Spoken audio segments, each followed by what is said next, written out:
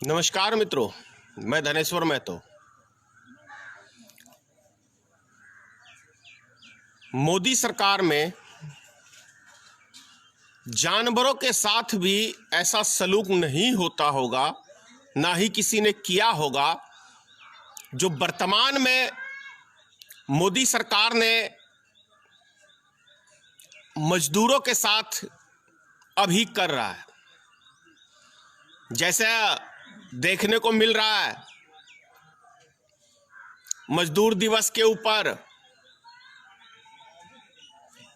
एक केला एक एक व्यक्ति को खाने के लिए दिया जा रहा है और उस केले को प्राप्त करने के लिए सैकड़ों के हिसाब में लोग मारामारी कर रहे हैं।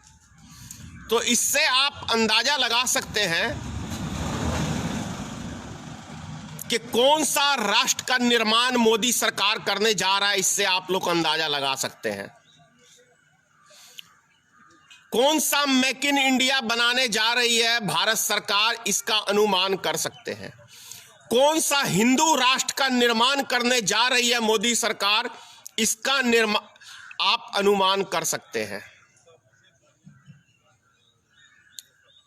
बिहार के मजदूर, यूपी सरकार ने उसको महीने भर से रखा हुआ है, लेकिन बिहार सरकार उन मजदूरों को बुलाने का काम नहीं कर रही है। जब इस देश के अंदर भूख से, प्यास से लोग मर रहे हैं, तो मेरा सबसे बड़ा सवाल है आरएसएस से,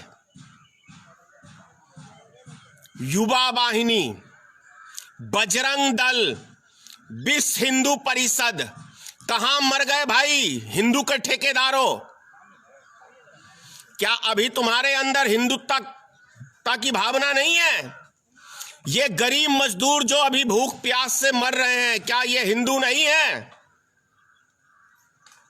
खत्म हो गई राष्ट्रभक्ति, हिंदू भक्ति। कहां है वो हिंदू संगठन? कहां है वो मोहन भागवत जो बॉर्डर के ऊपर आरएसएस के सदस्यों को भेजने की बात करता था कि हम पाकिस्तान से लोहा ले लेंगे, हमारे आरएसएस के वर्कर ही ले लेंगे। अरे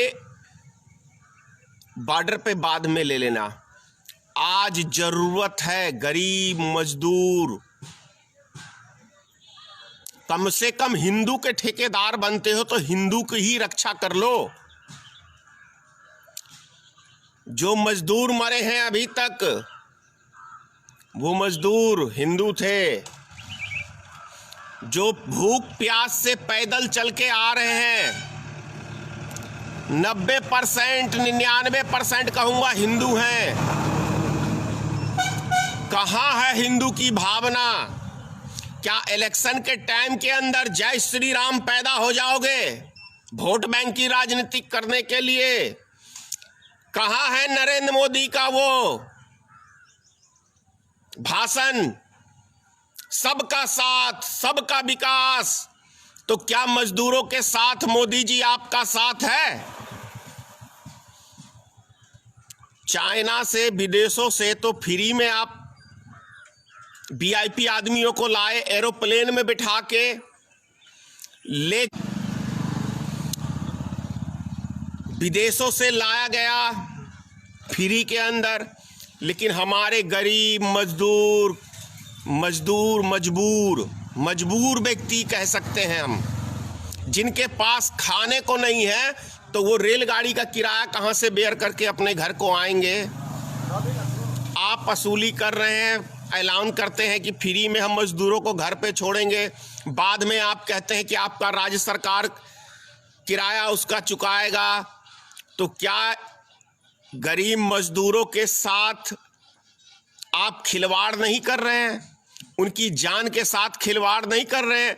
गरीब मजदूरों का मजाक नहीं उड़ा रहे हैं मोदी सरकार? क्या ऐसा नहीं लग रहा कि इन आदमियों के साथ मजाक उड़ाया जा रहा है?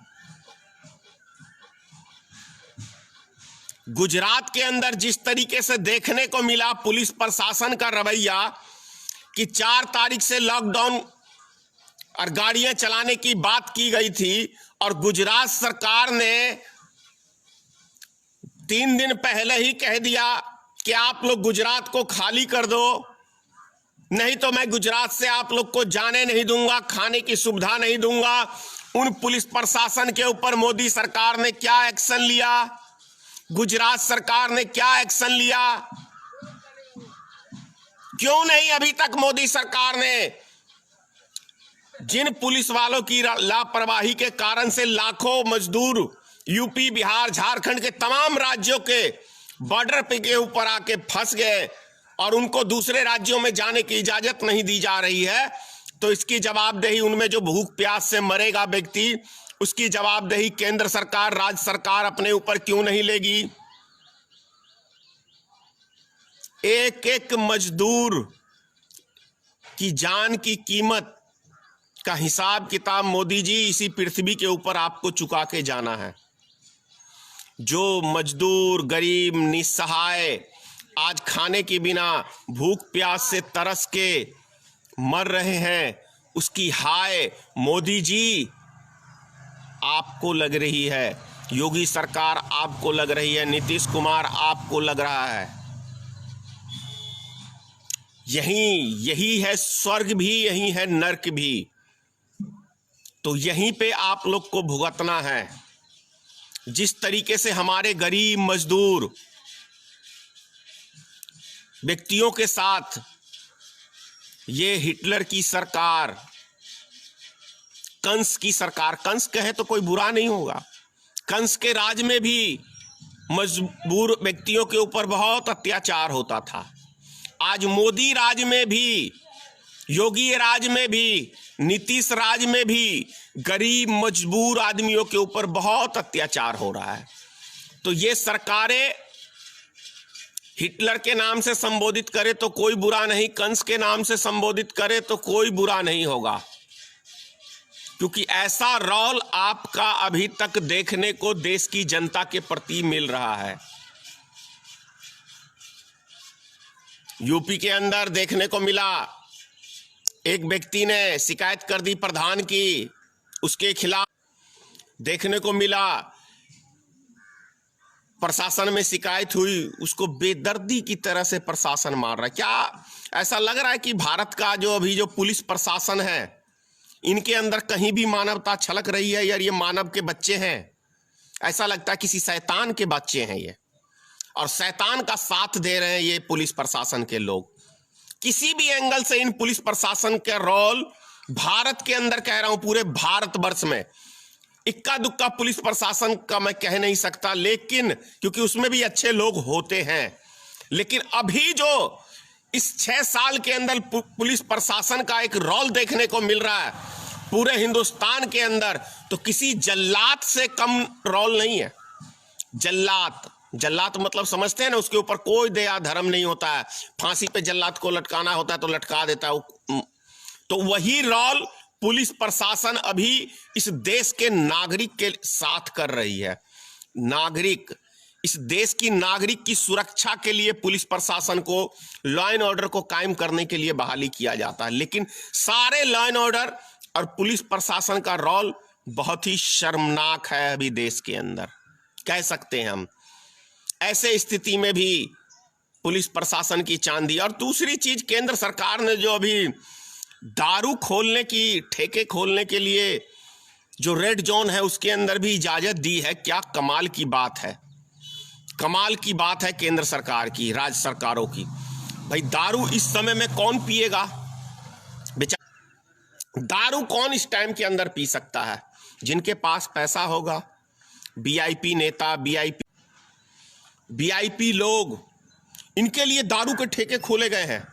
क्या गरीब आदमी अभी के पोजीशन में जा सकता है? नहीं जा सकता है। और एक तरफ जब लॉकडाउन कर रही है तो दारू के ठेके खोलने का सरकार ने कैसे इजाजत दे दिया? प्राइवेट दुकानें नहीं खुलेंगी, सरकार जानबूझ के डिस्टर्ब किया जाता है। जब मैं वीडियो बना रहा होता हूं बार बारी कॉलिंग करके, मैं इतना ही कहूंगा प्रिय बंधुगण। जय हिंद, जय भारतीय मित्र पार्टी, सीताराम, जय माता की।